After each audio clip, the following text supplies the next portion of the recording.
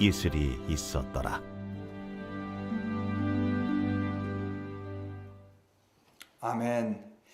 네, 오늘 사사기서 6장 33절부터 40절까지 말씀을 중심으로 우리와 함께 하시는 하나님에 대해서 우리가 오늘 말씀 묵상하기를 원합니다. 아마 여러분들 들으신 이야기일 수도 있고 혹시 처음 듣는 이야기일 수도 있는 분이 계신데요. 모래 위의 길이라고 하는 그 이야기입니다. 어떤 사람이 어느 날 밤에 이제 꿈을 꾸었습니다. 그 꿈에 그가 하나님을 만나서 이제 하늘나라로 가게 됐는데, 그 하늘나라에는 각 사람의 인생이 이렇게 발자취가 발자국처럼 그렇게 형상화돼서 그려져 있었습니다. 호기심이 생겨가지고 그 발자국들을 이렇게 쭉 둘러보고 있는데, 그 어떤 발자국은 자기의 이름이 새겨져 있는 거예요.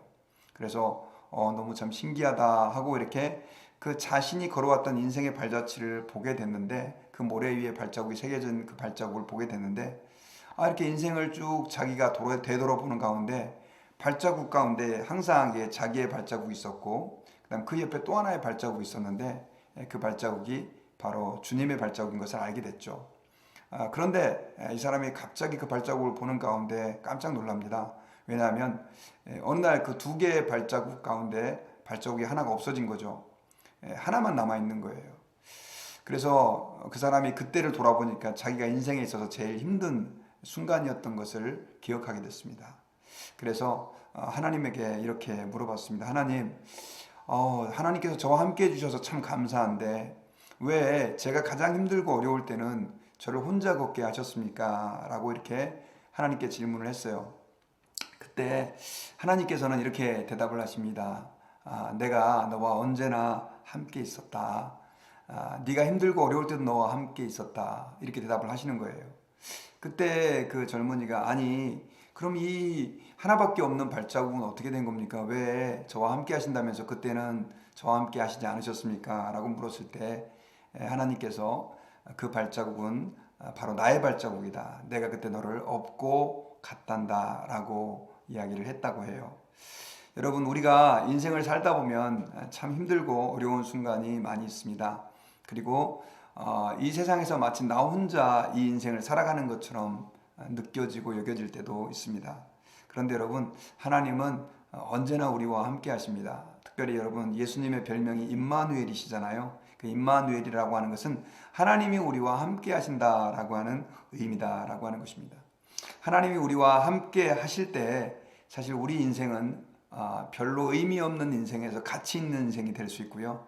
약한 인생에서 강한 인생이 될 수 있다는 사실을 여러분 믿으시기를 바랍니다.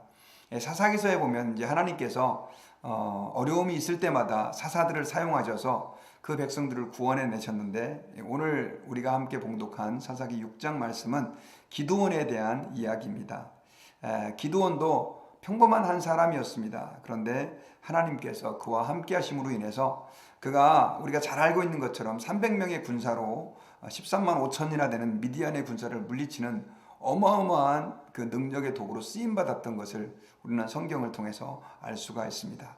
오늘 본문은 이제 그 전에 어떻게 기드온이 이스라엘 백성들을 모으고 하나님 앞에서 어떻게 사명을 받는가에 대한 과정이 기록이 되어 있습니다. 6장 이렇게 앞부분을 보면 이스라엘 백성들이 하나님 앞에서 악을 행합니다. 그래서 하나님께서는 미디안을 그 이스라엘 백성들에게 보내서 공격을 하게 해서 7년 동안이나 그들의 종이 되게 하시죠. 너무나 고통스러운 나머지 이스라엘 백성들은 하나님 앞에 부르짖어 기도를 했고요.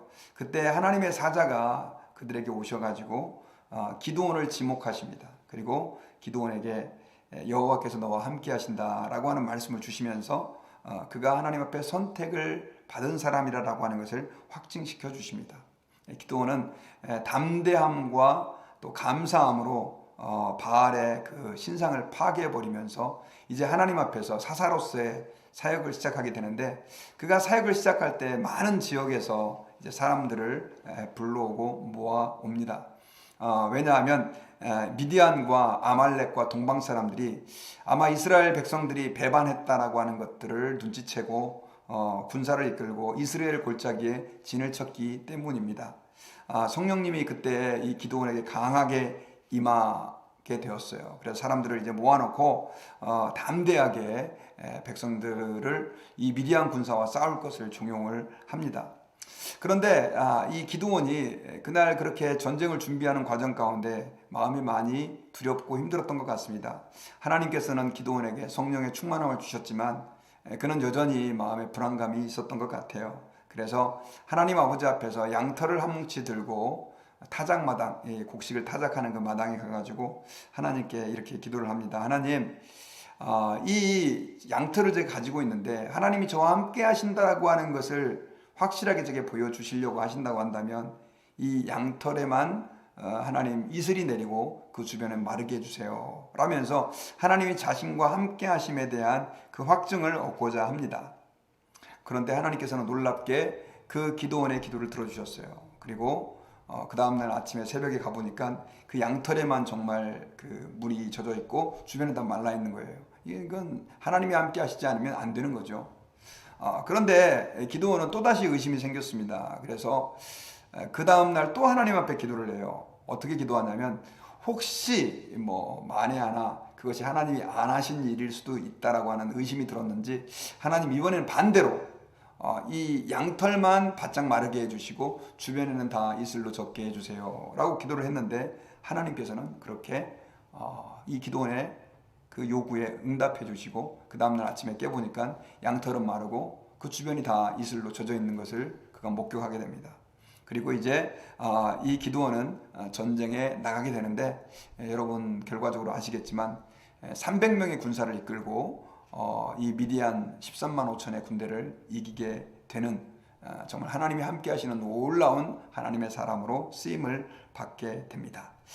자, 그런데 여러분 우리가 300명으로 사실 그 13만 5천의 그 군대를 물리친 그 미디안 겉에서 그냥 볼 때는 그냥 그럴 수 있나 보다 이렇게 생각이 되지만 사실은 첫 번째로 그 이스라엘 백성들을 다 전쟁을 위해서 모았을 때는요 몇만 명의 군사가 있었습니다. 그런데 하나님은 그들을 다 돌려보내셔요. 그리고 300명만 남기도록 그렇게 하나님이 기드온에게 명령을 했는데 기드온은 그 명령에 두말 않고 순종하고 결국 그 300명을 가지고 그 13만 5천의 군대를 물론 이제 하나님이 하셨지만 맞서서 싸워나가는 그런 담대한 하나님의 사람이 되게 됩니다. 여러분 도대체 기드온이 어떤 사람이었길래 또 그에게 무엇이 있었길래 그렇게 담대하게 하나님 앞에서 300명만 가지고 그 미디안 13만 5천의 군대를 맞설 힘이 있었을까요? 그것은 우리가 오늘 본문에서 보는 것처럼 이 기드온이 사실은 하나님이 나와 함께 하신다라고 하는 강한 확신을 얻었기 때문입니다. 기드온은 하나님의 사자를 통해서 하나님이 너와 함께 하신다라고 하는 이야기를 들었습니다. 그럼에도 불구하고 성령이 그와 함께 하시고 충만함을 얻었음에도 불구하고 그에게는 여전히 하나님이 함께 하시는지에 대한 것들을 확인하고 싶었던 것 같습니다. 세상 말로 말하면 이제 의심인데 그럼에도 불구하고 하나님은 그의 의심을 책망하지 아니하시고 그 기드온의 요구대로 첫날은 양털에만 이슬을 내려주고 그 다음날은 양털이 아닌 다른 주변만 이슬을 내려주므로 하나님이 함께 하신다라고 하는 증거를 기드온에게 보여주셨죠. 그 기드온이 그 확신 가운데서 이제는 담대하게 그렇게 미디안 군사를 맞서서 300명의 군사로 나가 싸울 수가 있었던 것 같습니다. 여러분 하나님이 함께 하신다라고 하는 확신을 가지게 되잖아요. 그러면 아무리 약하고 부족한 사람이라 할지라도 담대하게 하나님의 뜻을 이룰 수 있고 하나님의 말씀에 순종해서 나가 승리를 행할 수 있다라고 하는 사실을 우리가 믿어야 됩니다. 기드온에게 군사가 많으냐 적으냐라고 하는 것은 중요한 문제가 아니었습니다. 더 중요한 문제는 하나님이 나와 함께 하고 계시느냐라고 하는 것을 우리가 확신하는 것이었습니다. 아까 제가 서두에 그 길가의 모래 발자국 위에 한 남자의 이야기를 했는데요. 여러분 하나님은 사실 우리와 늘 함께 하십니다. 그럼에도 불구하고 우리가 그것을 깨달지 못할 때가 너무 많이 있는 거죠. 기드온은 그 양털 사건을 통해서 하나님이 자신과 함께 한다라고 하는 것을 확신했고 그래서 이제는 담대할 수가 있었던 것입니다. 그러므로 여러분 저와 여러분들이 이 땅을 살아갈 때에요 사실은 우리 삶 가운데 어떤 위기가 찾아오느냐 어떤 문제가 우리에게 엄습해 오느냐라고 하는 것은 중요한 문제가 아닌 것 같아요. 왜냐하면 하나님이 나와 함께 하신다고 하면 그 모든 문제와 고통이라고 하는 것은 사실은 별것 아니기 때문에 그렇습니다.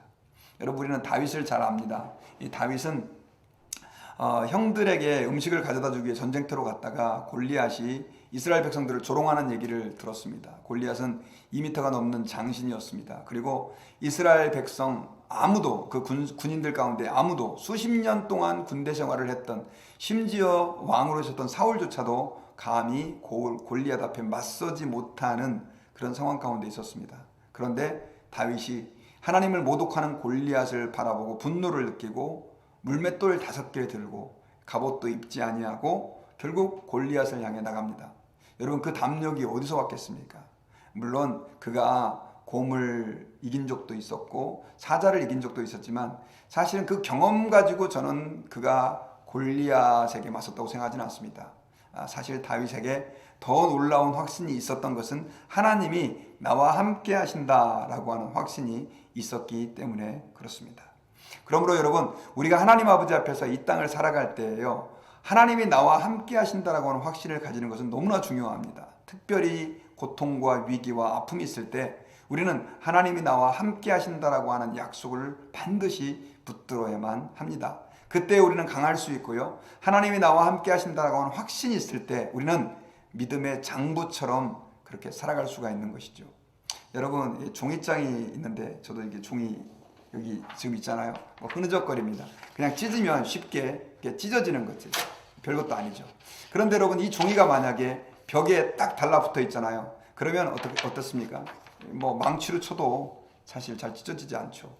여러분, 마찬가지입니다. 우리는 이 땅에서 참 나약한 존재들이고 아무것도 아닌, 별것 아닌 존재들입니다. 그러나 우리가 하나님과 함께 할 때, 하나님이 우리와 함께 하심을 우리가 확신할 때, 여러분, 우리는 어떠한 시련과 조롱과 위험에도 흔들리지 않을 수 있는 그런 담대함이 있다라고 하는 사실을 우리는 하나님 아버지 앞에서 믿어야 합니다. 여러분들 삶 가운데 고통이 있습니까? 건강으로 인해 어렵습니까? 아니면 특별히 우리 젊은이들은 내가 앞으로 어떻게 해야 될지에 대한 두려움이 있습니까? 여러분, 걱정하지 마시기 바랍니다. 주님이 나와 함께 하시면 그 모든 문제가 하나도 문제가 되지 않는 줄 믿습니다. 여러분, 아까 제가 다윗 얘기했는데요, 다윗은 어렸을 때부터 하나님이 나와 함께 하심을 믿었습니다. 많은 공고함과 어려움 가운데서 수많은 전쟁터의 죽음의 위협에서도 그가 담대할 수 있었고 편안할 수 있었던 것은 바로 하나님이 나와 함께 할 수 있었다, 함께 하신다라고 하는 믿음 때문이었습니다. 시편 23편은 다윗이 쓴 시인데요, 그가 이렇게 고백하잖아요. 여호와는 나의 목자시니 내가 부족함이 없으리로다 하면서 내가 사망의 음침한 골짜기로 다닐지라도 해를 두려워하지 않을 것은 주께서 나와 함께 하십니다. 사망의 음침한 골짜기는 굉장히 위험한 강도와 또 매복해 있는 적들의 위협이 있는 그런 곳입니다. 그런데 하나님이 나와 함께 하시니까 그게 문제가 안 된다라고 얘기를 하고 있는 것이죠. 여러분, 저와 여러분들에게 그런 고백이 있기를 바랍니다. 그래서 문제 속에 여러분 파묻혀서 절망하지 마시기를 바랍니다. 여러분, 저는 말씀을 준비하다가 세상에서 제일 오래 산 한 사람의 이야기를 듣게 됐는데, 이 사람이 누구냐면 130세까지 살았던 사람입니다.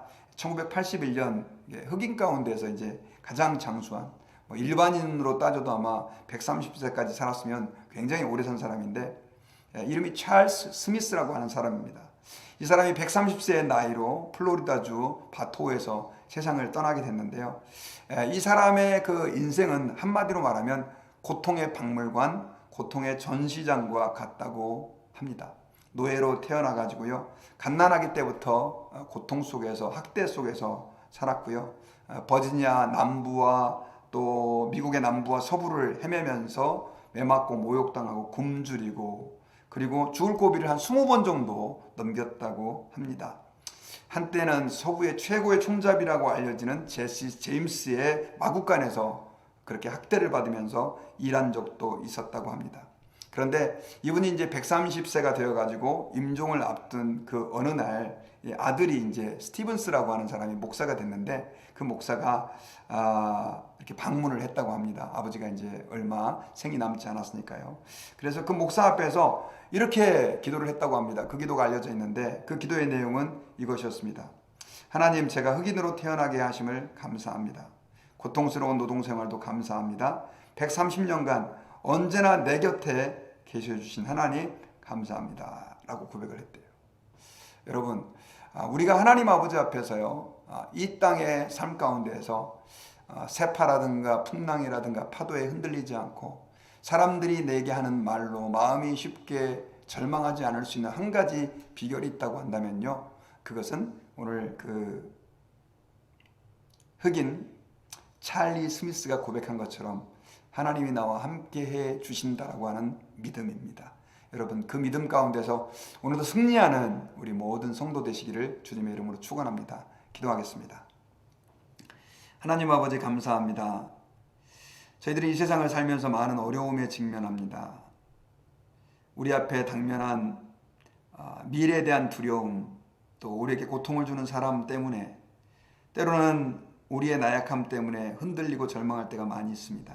그러나 주님께서는 우리와 언제나 함께 하시는 임마누엘의 하나님이신 것을 믿습니다.